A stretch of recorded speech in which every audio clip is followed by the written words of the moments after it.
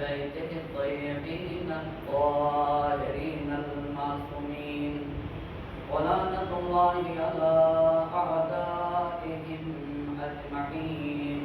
أما بعد، فقد قالت فاطمة سلام الله عليها: حبب إلي من دنياكم ثلاث: تلاوة كتاب الله، والنظر في وجه رسول الله، والإنفاق في سبيل الله. صلوات محمد وآل محمد.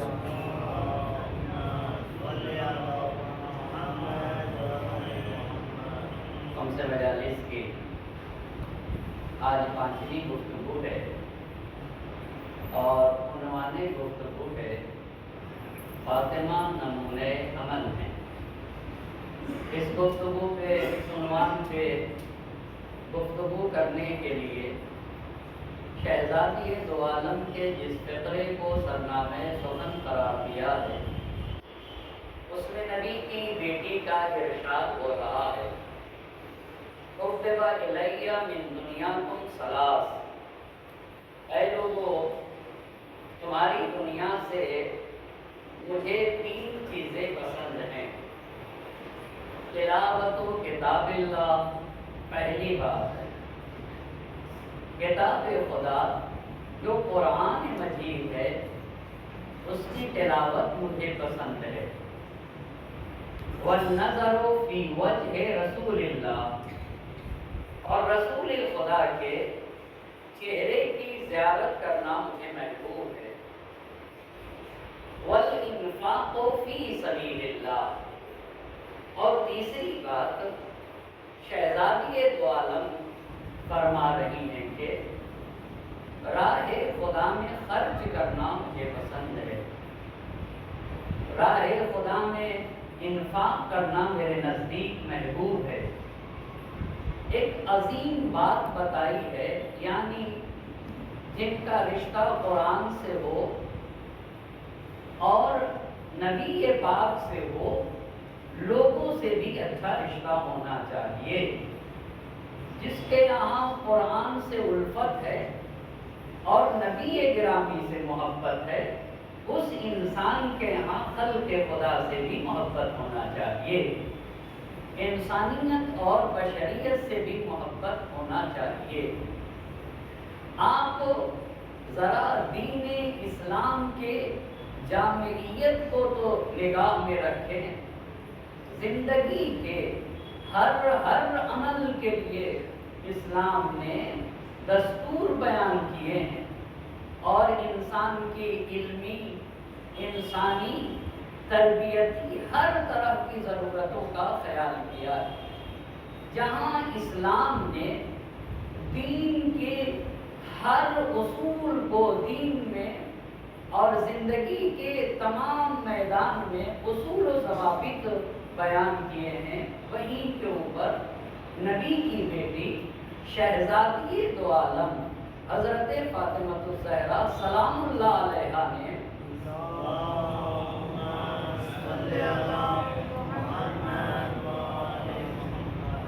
دسترخوان پر بیٹھ کر اللہ کی نعمتوں سے فائدہ اٹھانے والوں کے لیے بھی کچھ دستور بیان کیے. نبی کی بیٹی زندگی کے تمام میدان میں نمونۂ عمل، آئیڈیل اور اسوا ہیں. اسی طرح سے جیسے ہر میدان میں آئیڈیل ہیں، شہزادی دو عالم نے ایک جگہ یہ ارشاد فرمایا کہ وَفِي الْمَائِدَةِ اثْنَتَا عَشَرَةَ خَصْلَةً. دسترخوان پر بیٹھ کے خدا کی نعمت سے فائدہ اٹھانے کے 12 اصول ہیں، جن میں سے 4 واجب ہیں. ہر مسلمان کے اوپر واجب ہے کہ ان 4 باتوں کا خیال کرے. 4 مستحب ہیں اور 4 تہذیب اور ادب میں شمار کیے جاتے ہیں. ان 12 میں سے آج کی اپنی گفتگو میں 4 ان باتوں کو بیان کرنا چاہوں گا جو شہزادی دو عالم نے کہیں کہ 4 کو تو ہر مسلمان کا جاننا ضروری ہے. اور ہر مسلمان کے لیے ان 4 اصول کی رعایت کرنا ضروری ہے۔ پہلی بات المعرفہ، یعنی جو انسان دسترخوان پر بیٹھا ہوا ہے اور اللہ کے دیے ہوئے رزق سے فائدہ اٹھا رہا ہے، نبی کی بیٹی کہتی ہے کہ ایسے انسان کے اوپر معرفت واجب ہے۔ اب یہ معرفت واجب ہے یعنی انسان کو یہ جاننا ضروری ہے، اس معرفت کے پیچھے کئی باتیں پوشیدہ ہیں۔ کس چیز کی معرفت؟ میں اس کو ایک مثال سے اپنی بات کو واضح کروں۔ مثال کے طور پہ آپ مجھے اپنے گھر بلائیں، کھانے پہ بلائیں اور طرح طرح کے نعمتیں لگا دیں، اور کھانے کے بعد میں آؤں اور کھانا اور تمام نعمتوں سے استفادہ کروں، اور آپ کے ساتھ میرا رویہ ایسا ہو کہ گویا میں آپ کو پہچانتا بھی نہیں اور ایسے ہی اٹھ کے چلا آؤں۔ نعمتیں جو آپ نے رکھی اس کا استعمال کیا اور پھر ایسے ہی اٹھ کے بغیر اس کے کہ آپ سے خدا حافظی کروں اور چلا آیا، تو کیسا لگے گا؟ بھائی دسترخوان پہ جس کے انسان نے نعمتوں کا استفادہ کیا، اسی کو بتائے بغیر پہچانے بغیر پھر انہی نعمتوں کا استعمال کر کے واپس ہو جائے۔ ایسے ہی خدا کی نعمتوں کو استعمال کرے انسان اور خالق و مالک کو نہ پہچانے، اپنے رازق کو نہ پہچانے کہ نعمتوں کا دینے والا کون ہے۔ کا سب سے پہلے دسترخوان پر بیٹھنے والے انسانوں کی ضرورتوں میں سے بنیادی چیز جو واجب ہے اسے معرفت ضروری ہے۔ تو کس کی معرفت؟ پہلی بات ان نعمتوں کا خالق اور مالک کون ہے، اس خالق و مالک کی معرفت ضروری ہے کہ بھئی یہ نعمتیں اگر ہیں تو اس کا ایک خالق ہے، ہمارا مالک ہے، ہمارا رب ہے جس نے یہ نعمتیں ہمارے لیے فراہم کی۔ یہ پہلی بات۔ دوسری جگہ مولائے کائنات نے اس حدیث کی وضاحت کی ہے۔ بس پہلی چیز یہ ہوئی دسترخوان پر بیٹھنے والے کے لیے ضروری ہے جن باتوں کا جاننا، وہ معرفت ہے۔ معرفت میں بھی معرفت پروردگار ہے۔ اچھی بات ہے کہ اللہ جو اس نعمتوں، یہ نعمتیں خود بخود نہیں آئی ہیں، یہ خالق و مالک نے یہ نعمتیں عطا فرمائیں، یہ پہلی بات۔ دوسری بات مولائے کائنات نے اسی حدیث کی توضیح دی، المعرفت بما یأکل، یہ دوسری بات ہے۔ یعنی ہر انسان کے اوپر واجب ہے کہ دسترخوان سے جو چیز اٹھا کے کھا رہا ہے اس کی معرفت ضروری ہے۔ کس چیز کی معرفت؟ حلال ہے یا حرام ہے؟ بہت توجہ کرنے کی ضرورت ہے۔ آپ غور کریں کہ کچھ چیزیں حرام ہیں، جیسے مثال کے طور پر وہ چیزیں جو شریعت نے خود بخود، جیسے بغیر چھلکے کی مچھلی حرام ہے، تو جب دسترخوان پر بیٹھے تو سمجھے کہ بھئی یہ جو مچھلی میرے سامنے آئی ہے یہ چھلکے والی مچھلی ہے یا بغیر چھلکے کی۔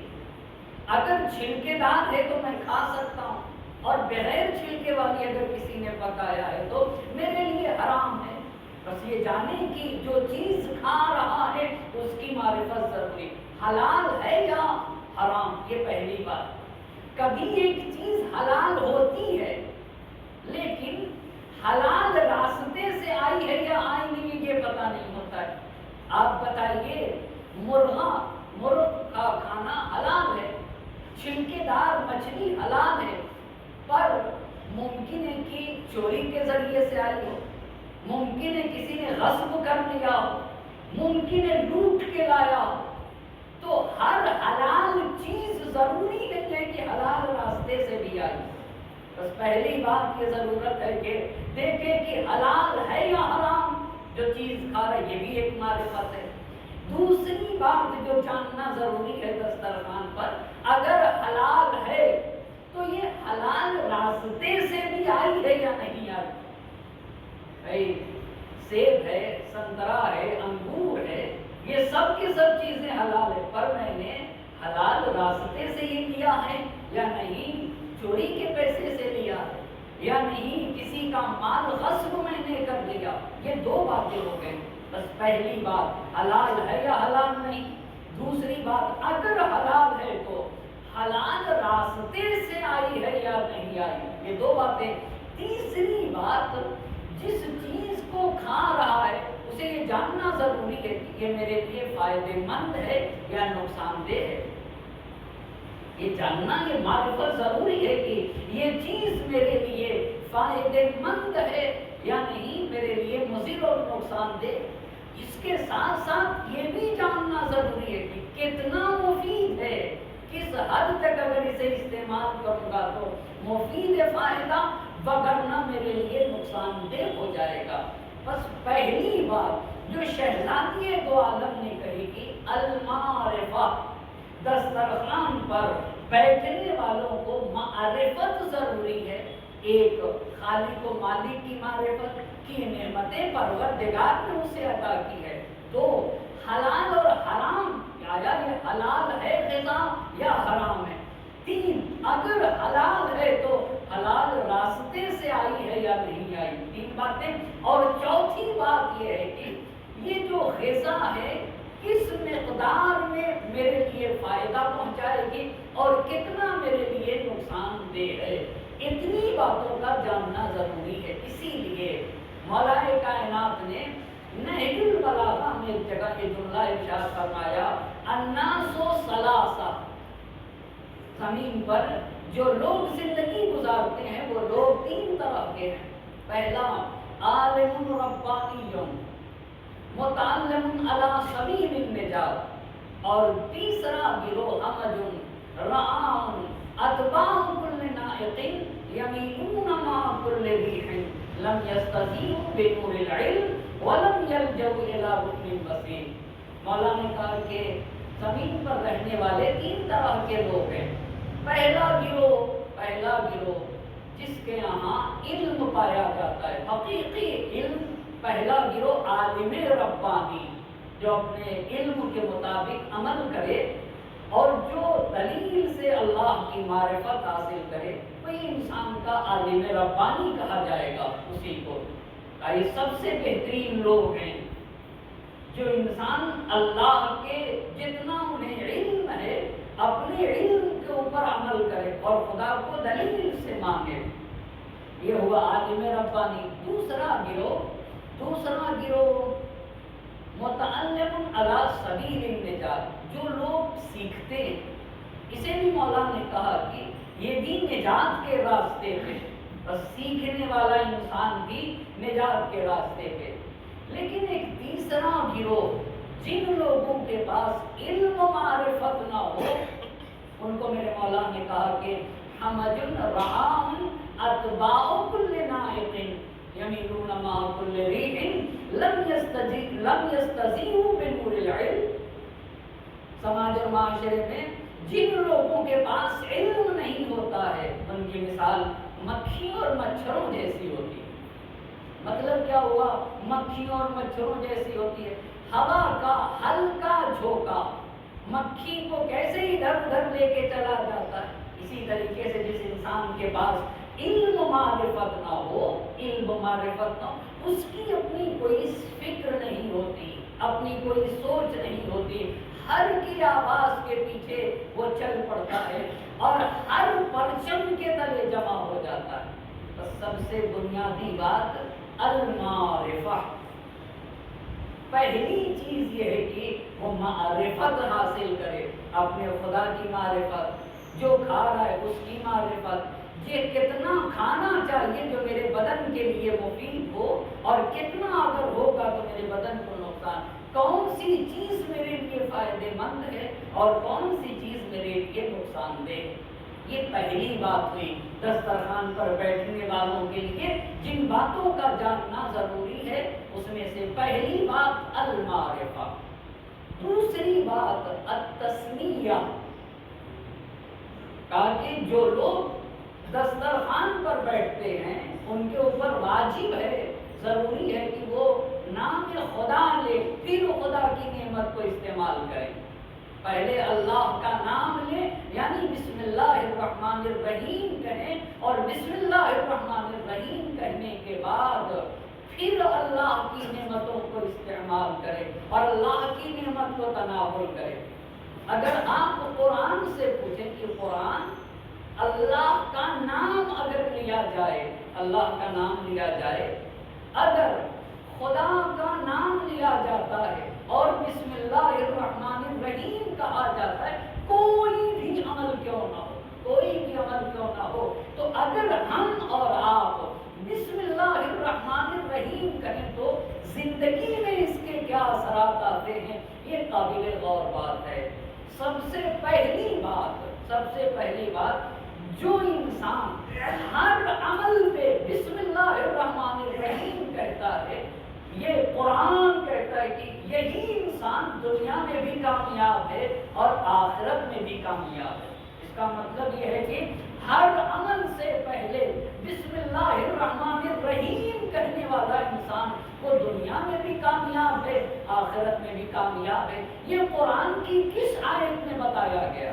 یہ قرآن مجید کی کس آیت میں بتایا گیا؟ قرآن مجید کی اس آیت مبارکہ میں بتایا گیا قد افلح من تزکا۔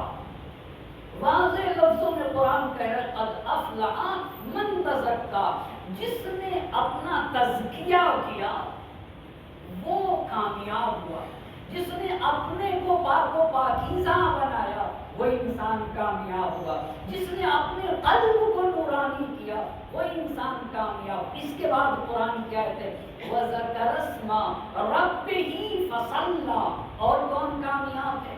پر جس نے اپنے نفوس کا تزکیہ کیا، جس نے اپنے قلب کو گندگیوں سے پاک و پاکیزہ بنایا وہ انسان کامیاب۔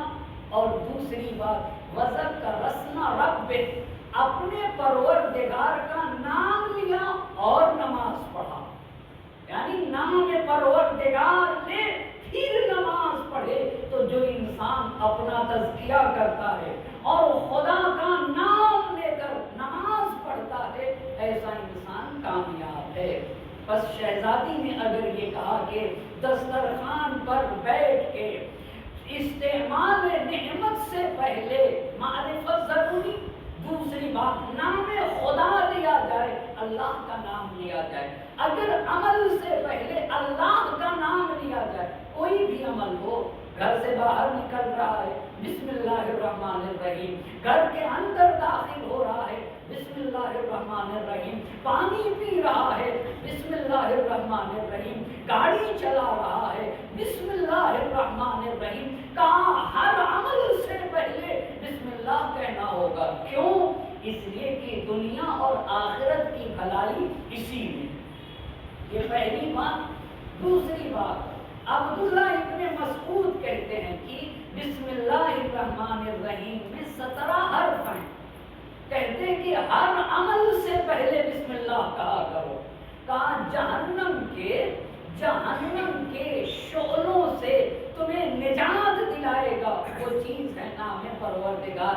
اگر تم بسم اللہ الرحمن الرحیم کہتے ہو تو بسم اللہ کا ہر حرف کل قیامت میں جہنم سے سپر بنے گا، یعنی تمہیں جہنم میں جانے سے بچا دے گا۔ بسم اللہ الرحمن الرحیم کا ایک حرف بے ہے، دوسرا حرف سین ہے، تیسرا حرف میم ہے۔ اگر تم یہ کرتے رہو گے تو ہر حرف جہنم میں جانے سے بچائے گا۔ یہ دو باتیں ہوئی۔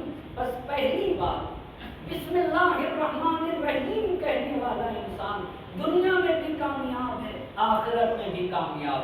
دوسری بات جو لوگ ہر عمل سے پہلے بسم اللہ الرحمن الرحیم کہتے ہیں، بسم اللہ الرحمن الرحیم کا ہر حرف قیامت میں سپر بنے گا اور اسے جہنم میں جانے سے بچائے گا۔ دو باتیں۔ تیسری بات ہمارے اور آپ کے چھٹے امام کا فرمان ہے، امام فرماتے ہیں کہ ہر وہ عمل جو بغیر بسم اللہ کے شروع کیا جائے وہ عمل کامل نہیں ہو سکتا، وہ عمل ناقص رہے گا، وہ کبھی بھی اتمام تک نہیں پہنچ سکتا۔ اس کا مطلب یہ ہوا کہ اگر عمل کو، کسی بھی عمل کو کمال تک پہنچانا ہے، بلڈنگ بنوا رہے بسم اللہ الرحمن الرحیم کہہ کے شروع کرو. کتاب پڑھ رہا ہے بسم اللہ الرحمن الرحیم کہہ کے شروع کرے. کہا اگر چاہتے ہو کہ عمل اپنے انتہا تک پہنچے تو تمہیں بسم اللہ الرحمن الرحیم کہنا ہوگا. یہ 3 باتیں. چوتھی بات ہمارے اور آپ کے 11ویں امام امام حسن عسکری علیہ السلام ہیں.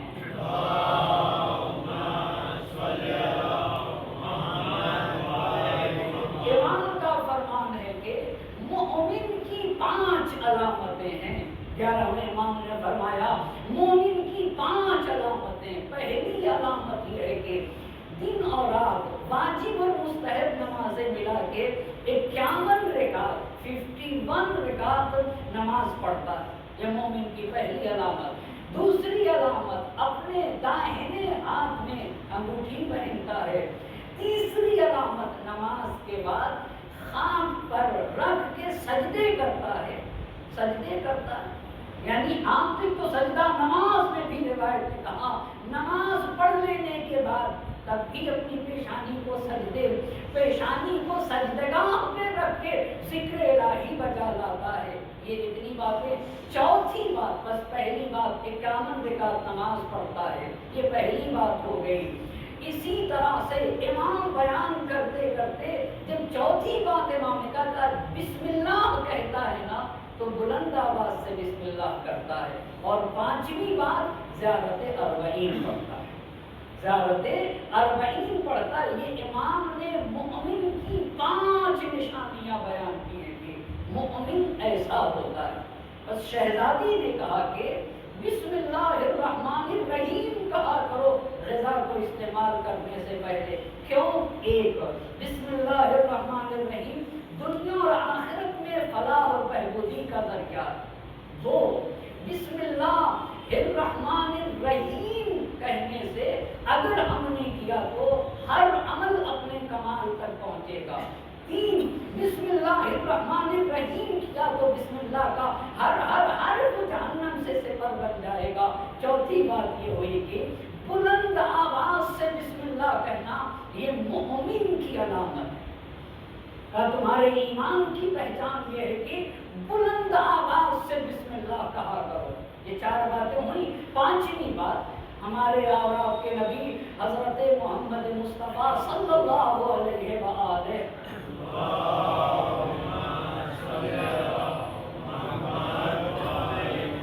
آپ کا فرمان ہے کہ اگر انسان اپنی سواری پہ سوار ہو، مثال کے طور پر میری بائک ہے اور میں بائک پہ سوار ہوتے وقت یا کسی کے پاس 4 پہیا ہے یا کسی کے پاس جانور کی کوئی سواری ہے تو نبی نے کہا اگر سوار ہوتے وقت کوئی بسم اللہ کہہ کے سوار ہو تو پھر اس کے ساتھ ایک فرشتہ بھی سوار ہوتا ہے.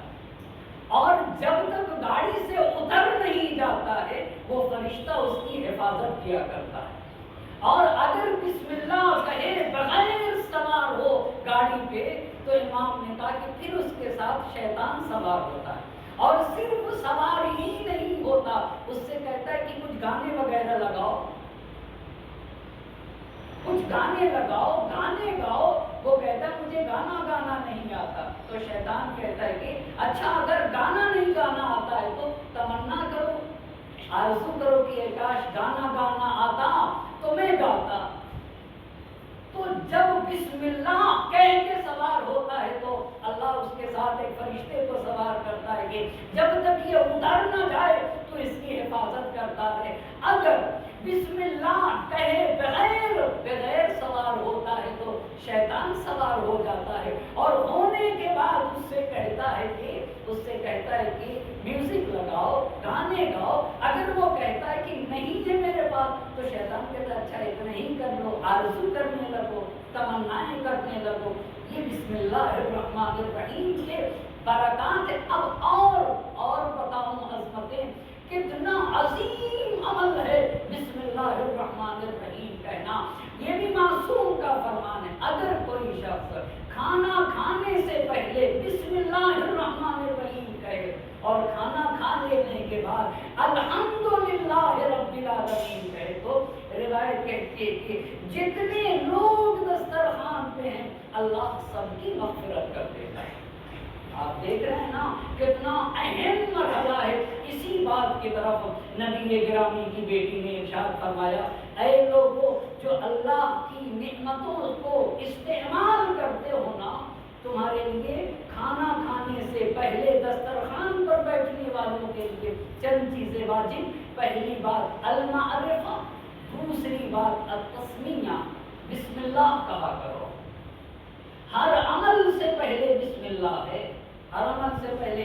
یہ بھی روایت میں اگر کوئی وضو کر کے بسم اللہ کر کے وضو کرتا ہے، یعنی وضو کرنے سے پہلے اگر کوئی بسم اللہ کرتا ہے تو روایت کہتی ایسے ہے جیسے اس نے غسل کیا، ایسے ہے جیسے اس نے غسل کیا ہو۔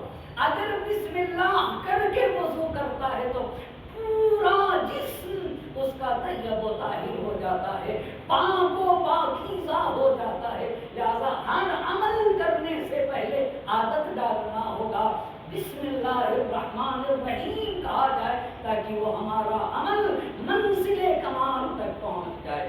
بس پہلی بات جو واجب ہے وہ معرفت، دوسری چیز بسم اللہ الرحمن الرحیم، نام خدا لیا جائے، پھر خدا کی نعمت کو استفادہ کیا جائے، یہ دو باتیں۔ تیسری بات الرضا، الرضا، مقام رضا اور مقام تسلیم یہ بہت عظیم مقام ہے۔ اللہ کی جو کچھ اس نے جس حال میں رکھے اس پہ راضی رہنا، اس پہ راضی رہنا، یہ نہایت سخت مرحلہ ہے کہ مقام رضا اور مقام تسلیم۔ بعض لوگ سماج اور معاشرے میں ایسے ہوتے ہیں کہ وہ ہر چیز پیش اعتراض کرتے ہیں، سب کچھ دینے کے بعد بھی، ملنے کے بعد بھی روتے رہتے ہیں۔ لیکن کچھ اللہ کے خاص بندے ایسے ہوتے ہیں کہ اللہ انہیں جس حال پہ رکھے اس پہ راضی رہتے ہیں۔ اسی لیے قرآن کہتا ہے رضی اللہ عنہم ورضوا عنہ، کچھ لوگ ایسے ہیں کہ اللہ ان سے راضی ہے اور وہ اللہ سے راضی ہے۔ آپ غور کریے نا، بھئی میں کہوں میں اللہ سے راضی ہوں، یہ بھی اچھی بات ہے، پر اللہ کہے کہ میں بھی تم سے راضی ہوں۔ قرآن نے کہا کچھ لوگ ایسے ہیں رضی اللہ عنہم ورضوا عنہ، اللہ ان سے راضی اور یہ اللہ سے راضی، اولئک انہی لوگوں کو حزب اللہ کہا جاتا ہے، یہی گروہ خدا ہے۔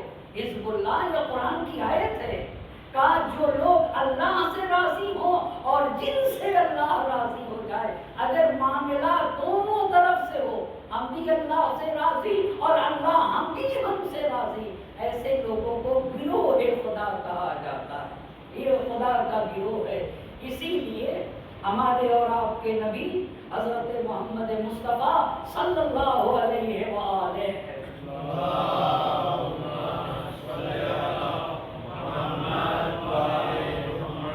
نبی گرامی کی بارگاہ میں کچھ اصحاب آئے، اور اصحاب آئے تو اللہ کے نبی نے ان سے پوچھا کہ یہ بتاؤ تم لوگ کس حالت میں ہو؟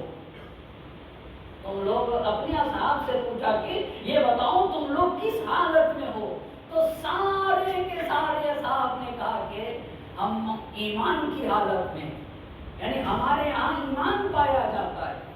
اب جب انہوں نے کہا کہ ہمارے یہاں ایمان پایا جاتا ہے تو نبی نے پوچھا تمہارے ایمان کی دلیل کیا ہے؟ کیسے پتا چلے گا کہ تمہارے یہاں ایمان پایا جاتا ہے؟ اس ایمان کی نشانی بتاؤ، اس ایمان کی پہچان بتاؤ اور اس ایمان کی دلیل بتاؤ، مجھے کیسے پتا چلے گا کہ تمہارے یہاں ایمان پایا جاتا ہے؟ تو انہوں نے اپنی ایمان کی دلیل بتائی۔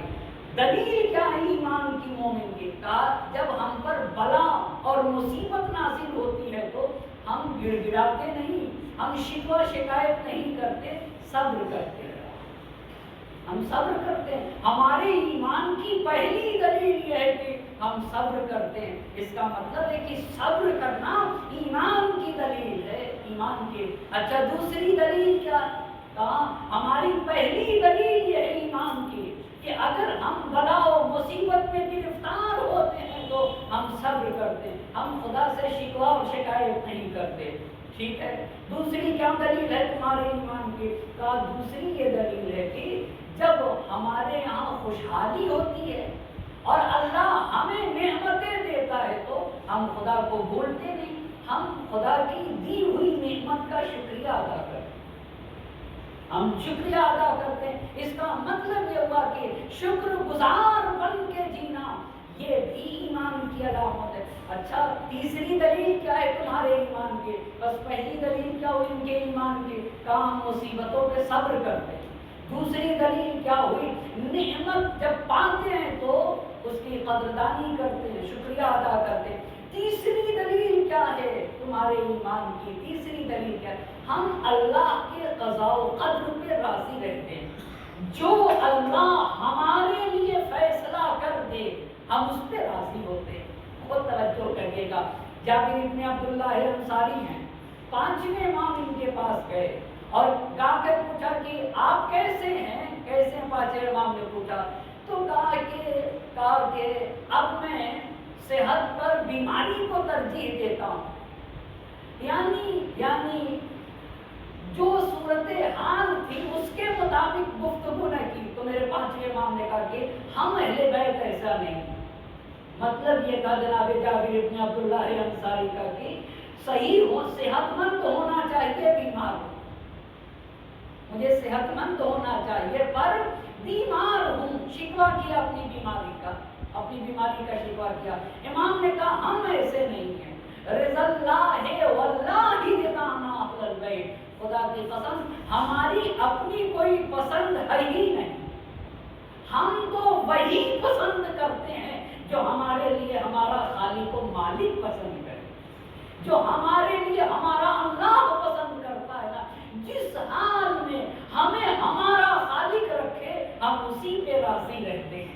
یہی ان صاحبان ایمان نے کہا ہمارے ایمان کی پہلی دلیل یہ ہے کہ مصیبتوں میں گھر کے بھی ہم صبر کرتے، نعمت پا کے ہم خالق و مالک کا شکر ادا کرتے ہیں اور اللہ کے فیصلے پہ راضی رہتے ہیں۔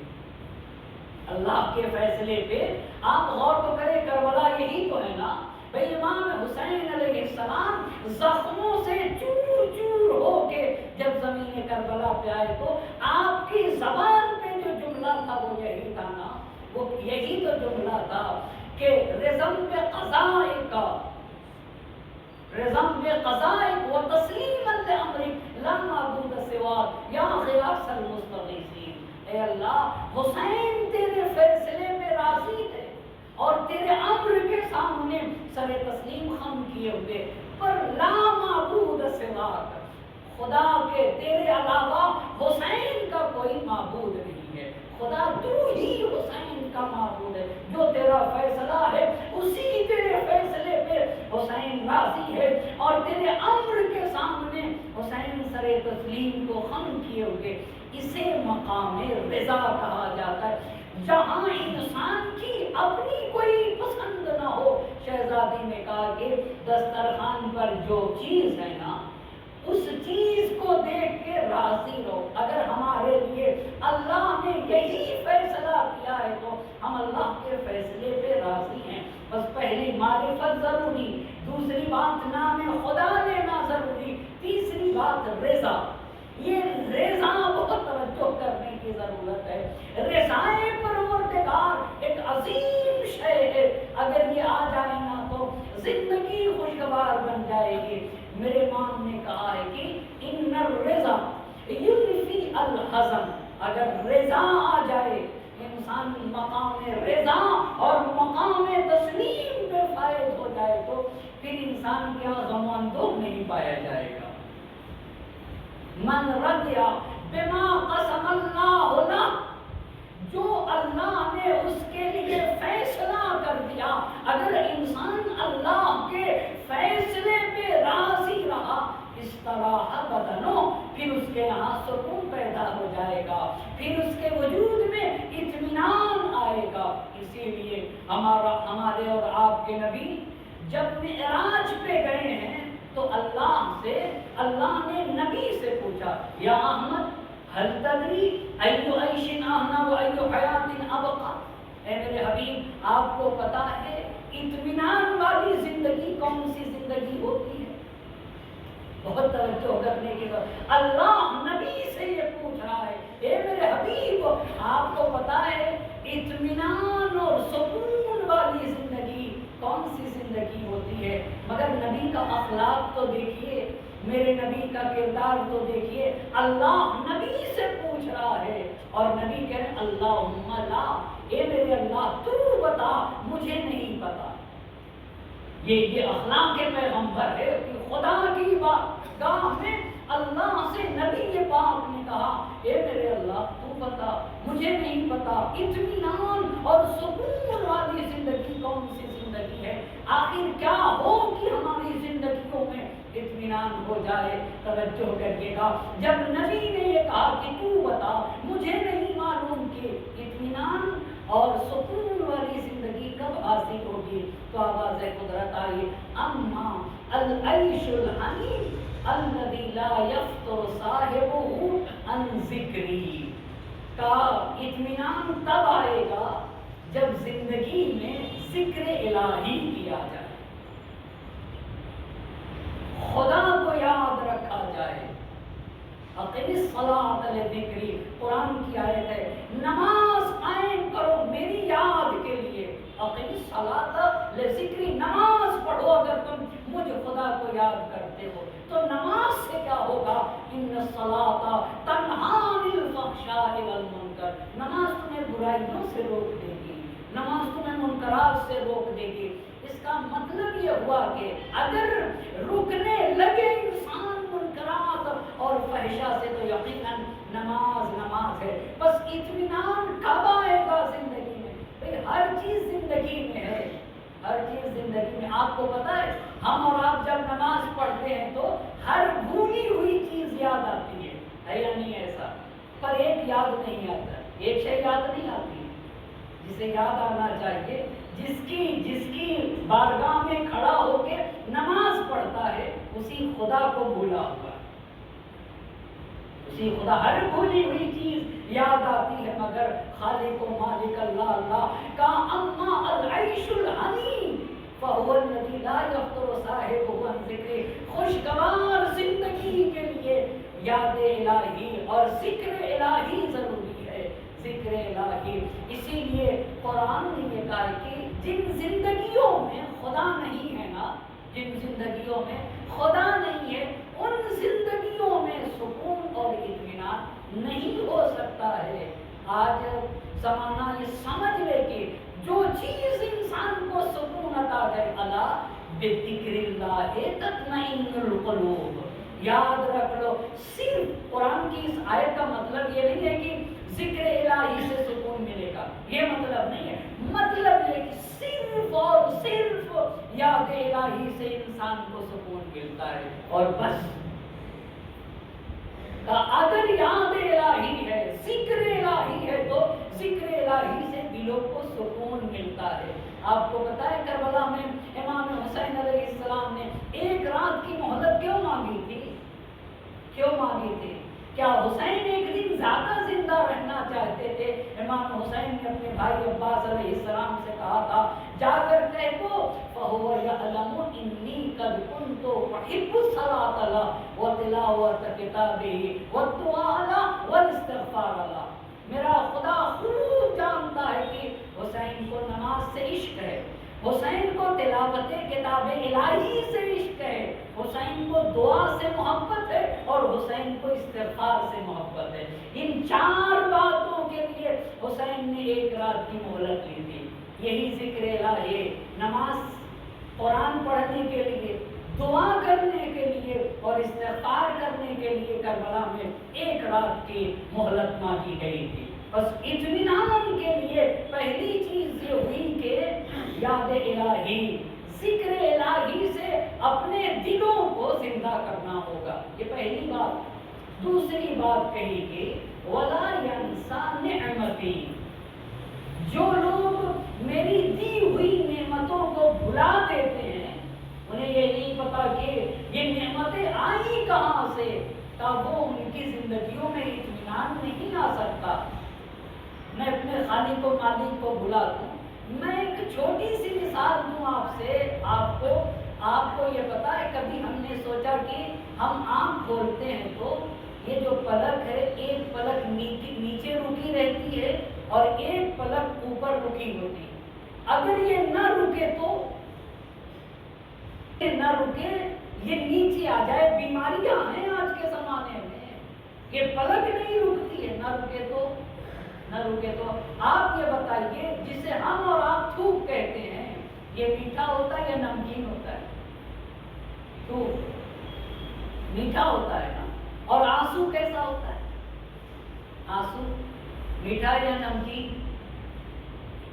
نمکین ہوتا ہے نا، آنسو نمکین، اللہ اللہ، اور تھوک میٹھا۔ اچھا اب ایک بات پہ اور توجہ کریے گا، یہ بتائیے آپ کو پتا ہے جب مائک خراب ہو جاتا ہے اور تھوک کم ہونے لگتا ہے تو مولوی بول نہیں پاتا، یہ جو ہم لقمہ نگلتے ہیں یہ کس کی بدولت ہوتا ہے؟ اگر یہ تری نہ ہو منہ میں تو نیچے لقمہ نہ جا سکے، اگر یہ تھوک خشک ہو جائے تو آدمی بول نہ سکے۔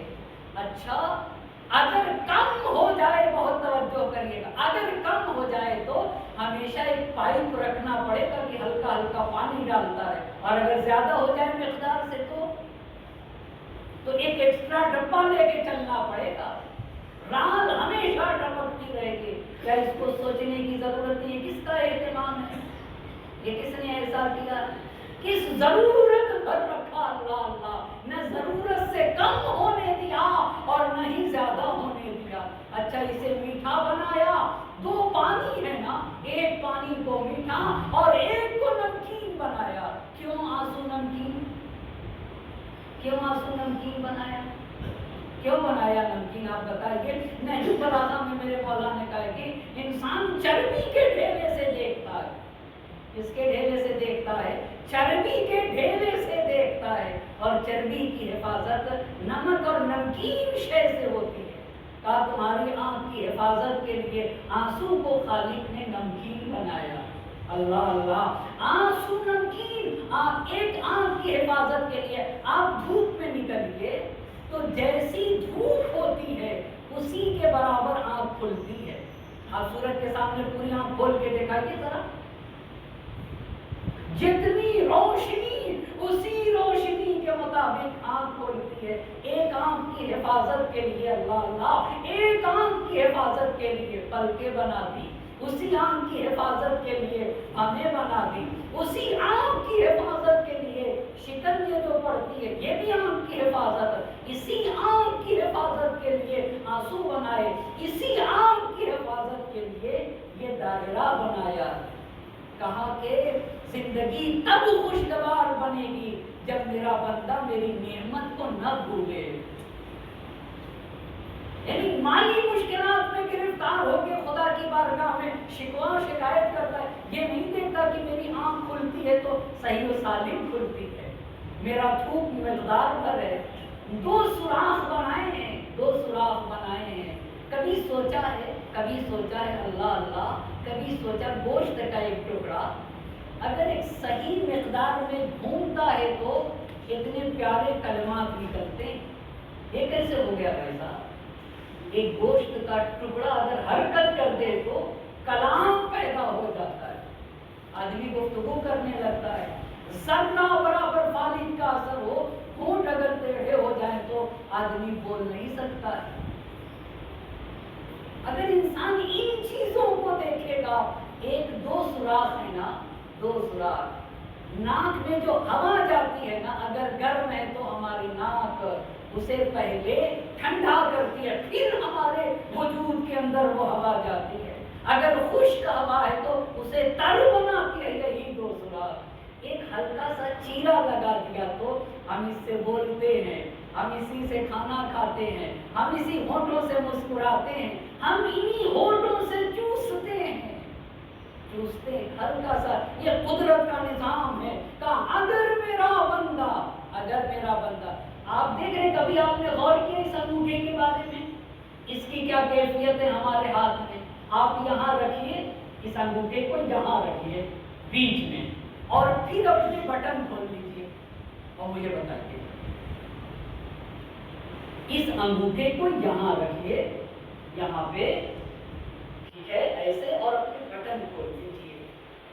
کبھی سوچا کہ اگر بندہ میری دی ہوئی نعمتوں کو نہ بھولے گا تو زندگی میں اس کو اطمینان آ جائے گا، اطمینان آ جائے گا۔ تم سوچا تو کرو، آپ نے کبھی سوچا ہے؟ کبھی سوچا؟ آپ بتائیے، پیشانی، یہ جو بال ہے بھووں کا، اور سر کے بال میں یہ جو پیشانی میں کتنا گیپ ہوتا ہے؟ 5 انگل کا یا 4 کا؟ اپنی پیشانی پہ رکھیے نا جی، 4 انگشت کا نا، 4 انگشت کا۔ بھائی صاحب آپ نے کبھی سوچا، اچھا تو سر کے بال کتنی مرتبہ کٹاتے زندگی میں؟ کتنی مرتبہ بتائیے؟ 60-70 سال کے جیتے، اور یہ ہمیں ایک ہی کھال پہ 2 بار، یہ بڑھتا نہیں، یہ بڑھتا رہتا، ایک ہی کھال پہ 4 انگشت کا گیپ ہے۔ لوگ کہتے ہیں کہ توجہ کریں، 70 سال کا آدمی ہو جائے گا، لوگ کہتے ہیں کہ امام آئیں گے تو کیسے 40 سال کی روایت میں نا ایسے دکھیں گے جیسے 40 سال کے ہوں گے، کہیں اور جانے کی ضرورت نہیں ہے، یہ تو اللہ نے ہمارے یہاں خود رکھ دیا ہے۔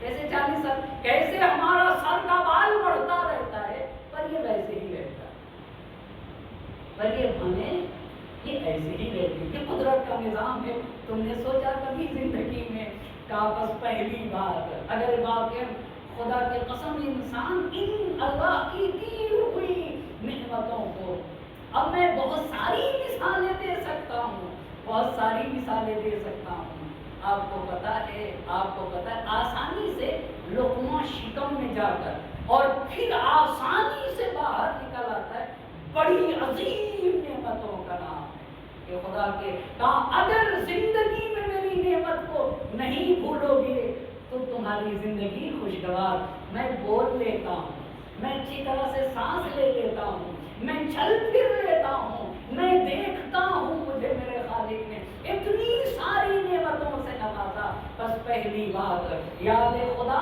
دوسری بات لا ینسا نعمتی، اگر بندہ میری دی ہوئی نعمت کو نہ بھولے گا تو زندگی میں اطمینان آ جائے گا۔ یہ 2 باتیں۔ تیسری بات ولا یجہل حقی، کہا اگر بندہ میرے حق کو ادا کرے۔ اب آپ بتائیے خدا کا حق کیا ہے؟ خدا کا حق کیا ہے؟ ہم بندے ہیں اور خدا ہمارا مالک ہے، ہم عبد ہیں، وہ معبود ہے۔ سب سے بڑا حق خدا کا یہ ہے کہ ہم اس کی عبادت کریں، ہم اس کی بندگی کریں، ہم اس کی اطاعت و فرما برداری کریں۔ کہا اگر بندہ میرے حق کو نہ بھولے گا نا، میرے حق کو نہ بھولے تو زندگی میں سکون ہوگا۔ حق کے پروردگار کیا ہے؟ وہ ہمارا خالق و مالک ہے، اس کی عبادت ہونا چاہیے، اسی کی اطاعت ہونا چاہیے اور اسی کی فرما برداری ہونا چاہیے۔ یہ اللہ نبی سے کہہ رہا ہے۔ بس پہلی بات، اگر گھروں میں یاد الہی ہو، یاد الہی کیسے؟ نماز پڑھا جائے، قرآن پڑھا جائے، ذکر و تسبیح پروردگار کیا جائے تو یاد الہی ہے، یہ پہلی بات۔ خدا کی نعمتوں کو یاد رکھا جائے، یہ دوسری بات۔ اور تیسری بات اطاعت و فرما برداری اور عبودیت و بندگی کے میدان میں انسان قدم آگے بڑھائے۔ 3 باتیں۔ چوتھی بات یطلب الرضا لیلہ و نہارا، شہزادی کی تیسری جو بات تھی، پہلی بات یہ تھی کہ پہلی بات شہزادی دو عالم نے جو کہا وہ المعرفہ، دوسری بات التسمیہ، نام خدا لینا، تیسری بات راضی برضائے الہی، خدا کے فیصلے پہ راضی رہنا اور خدا کو راضی۔ اس حدیث میں بھی یہی یطلب الرضا لیلہ و نہارا، بندہ اگر رات و دن میری رضا کو طلب کرے تو زندگی میں سکون ہوگا۔ آپ یہ بتائیے، ہزاروں لوگ کو آپ یہ یقین سے بتائیے، ایک کو راضی رکھنا آسان ہے یا 1000 لوگ کو؟ کروڑوں پبلک ہے نا، بھائی میں کس کو راضی رکھوں گا؟ تو تو زندگی میں دیکھنا ہوگا میرے عمل سے میرا اللہ راضی ہے یا راضی نہیں۔ کہا اگر لوگوں نے یہ نسخہ اختیار کیا کہ بھئی کوئی راضی ہو یا راضی نہ ہو، خالق و مالک کو راضی ہونا چاہیے، کوئی راضی ہو یا راضی نہ ہو، میرا خالق و مالک مجھ سے راضی ہونا چاہیے۔ اگر تم نے خالق و مالک کو راضی رکھ لیا تو زندگی میں تمہارے اطمینان آ جائے گا اور تمہاری زندگی میں سکون آئے گا۔ اسی بات کی طرف شہزادی دو عالم نے کہا خدا کی نعمت کا استفادہ کرنے سے پہلے معرفت پروردگار ضروری ہے، پہلی بات۔ دوسری بات نام خدا لیا کرو۔ تیسری بات الرضا، خدا کے فیصلے پہ جو ہے اس پہ راضی رہو۔ چوتھی بات الشکر، اور جب اللہ کے نعمتوں کو استعمال کر چکو تو اپنے خالق اور مالک کا شکریہ ادا کرو، اپنے خالق اور مالک کا شکریہ ادا کرو۔ یہ چار باتیں دسترخوان پر بیٹھنے والے انسان کے لیے لازم و ضروری ہے۔ کیا آخر جو لوگ خالق و مالک کا شکریہ ادا کرتے ہیں، بس ایک ہی روایت اور زحمت کو تمام کر دوں گا۔ پہلی بات ہوئی معرفت، دوسری بات ہوئی نام خدا لینا، اور تیسری بات ہوئی جو اللہ کا فیصلہ ہے اس کے اوپر راضی رہنا۔ چوتھی بات اپنے خالق و مالک کا شکریہ ادا کرنا۔ جب ہم کسی جگہ جاب کرتے ہوتے ہیں تو کوئی ہمیں پانی پلا دیتا ہے تو کئی مرتبہ اس کا شکریہ کہتے ہیں، 4-5 مرتبہ کہہ دیتے ہیں، پر جس نے بغیر مانگے ہمیں نعمتیں دی ہیں، ہمارے خالق و مالک نے بغیر مانگے نعمتیں دی ہیں، کہا کہ تم اگر میرا شکریہ ادا کرو گے تو مجھے کچھ نہیں ملے گا۔ اللہ قرآن میں کہتا ہے، قرآن میں کہا وَلَقَدْ آتَيْنَا لُقْمَانَ الْحِکْمَةَ، ہم نے لقمان کو حکمت عطا کیا، انشکر للہ، تاکہ وہ خدا کا شکریہ ادا کریں۔ اور پھر قرآن نے کہا جو بھی خدا کا شکریہ ادا کرتا ہے وہ اپنے لیے کرتا ہے، ومن کفر، اور جو خدا کا شکریہ ادا نہیں کرتا وہ یہ جان لے کہ اللہ اس کے شکریہ کا محتاج نہیں ہے، اللہ تو بے نیاز ہے، وہ غنی مطلق ہے۔ آخری بات عرض کر رہا ہوں کہ روایت کے الفاظ ہیں کہ بندے کو خالق و مالک کا شکریہ ادا کرنا چاہیے، خاص طور سے نماز کے بعد سجدہ شکر کی بڑی تاکید ہے، نماز کے بعد سجدہ شکر کی بے انتہا تاکید ہے۔ کہا اگر سجدہ شکر کرو گے تو نماز کی کمیاں پوری ہو جائیں گی، سجدہ شکر کرو گے تو تمہارا اللہ تم سے راضی ہو جائے گا، سجدہ شکر بجا لاؤ گے تو ملائکہ تم سے راضی ہوں گے۔ اسی لیے روایت میں کہ جب بندہ سجدے میں سر رکھ کے کہتا ہے شکرن للہ، شکرن للہ، شکرن للہ کہتا ہے تو روایت کہتی ہے کہ پھر ملائکہ اور بندے کے درمیان سے پردے ہٹ جاتے اور اللہ اپنے شکر گزار بندے پہ فخر کرنے لگتا ہے۔ ملائکہ کو آواز، یا ملائکہ انظروا الی عبدی، ذرا میرے بندے کو تو دیکھو، اچھا سب کچھ اسی کی دی ہوئی نعمت سے کیا جا رہا ہے، مگر اللہ کہے گا انظروا الی عبدی، میرے بندے کو تو دیکھو، صلی صلاتی وتم عہدی، اس نے واجب نماز ادا کیا ہے اور واجب نماز ادا کرنے کے بعد میرا شکریہ ادا کر رہا ہے، بتاؤ اپنے اس بندے کو کیا دے دوں؟ اللہ دے گا واجب نماز پڑھنے کے بعد مجھ خدا کا شکریہ ادا کر رہا ہے، بتاؤ میں اپنے اس بندے کو کیا دوں؟ ملائکہ کہیں گے یا ربنا رحمتو، اے اللہ اپنی رحمت سے مالا مال کر دے۔ پھر آواز دے گا اللہ، ارے شکر گزار بندہ ہے اور کیا دوں اپنے اس بندے کو؟ ملائکہ کہیں گے یا ربنا جنت، اے میرے اللہ اپنی جنت دے دے۔ کہا نہیں اتنا کم ہے، اور بتاؤ اور کیا دوں؟ اس نے شکریہ ادا کیا ہے تو ملائکہ کہیں گے کفایت و مہم، اے اللہ اس کے ہر ضروری کاموں کو پورا کر دے۔ پھر اللہ پوچھے گا اور کیا دوں؟ ملائکہ آخر میں کہیں گے یا ربنا لا علم لنا اے اللہ جو کچھ ہمیں کہنا تھا ہم نے کہہ دیا، اب تو بتا تو کیا دے گا، تو بتا۔ تیرے بندے نے شکریہ ادا کیا، تو کیا دے گا؟ تو آواز قدرت آئے گی، لَأَشْكُرَنَّهُ كَمَا شَكَرَنِي، اس نے میرا شکریہ ادا کیا ہے تو اب میری ذمہ داری بنتی ہے کہ میں خود اپنے اس بندے کا شکریہ ادا کروں۔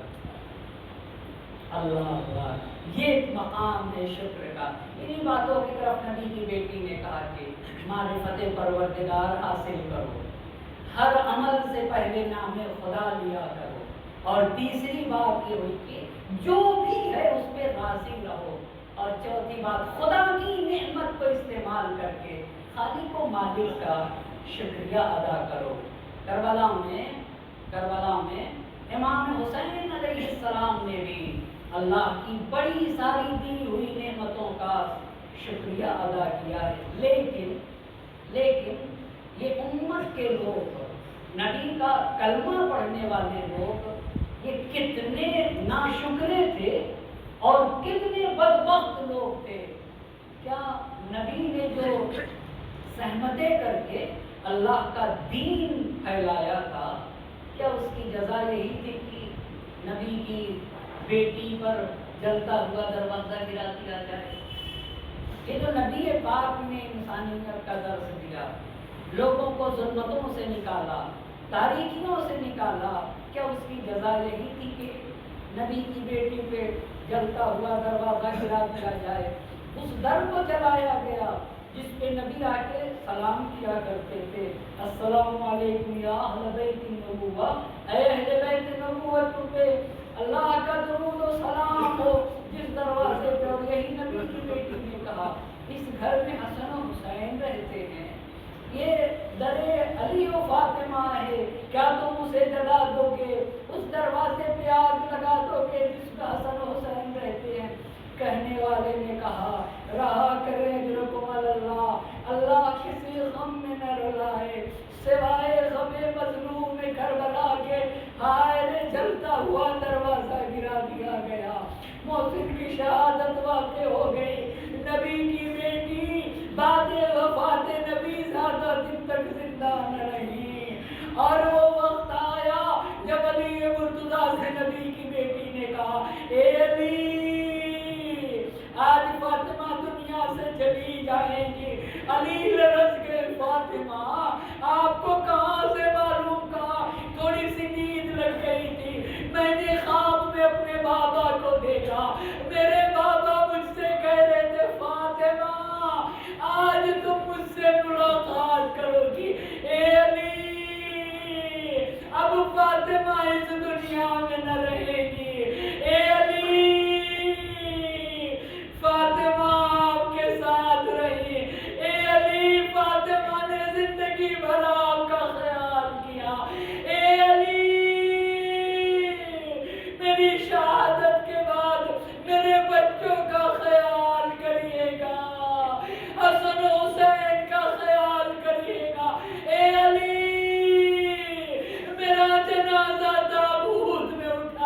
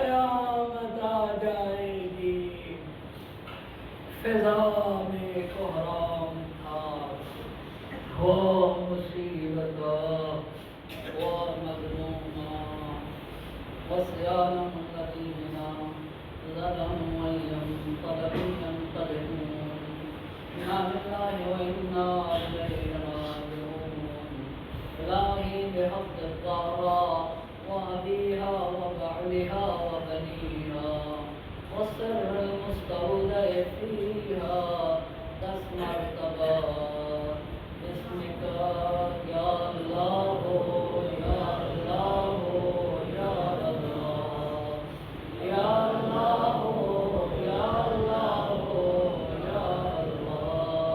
يا الله يا الله يا الله يا الله يا الله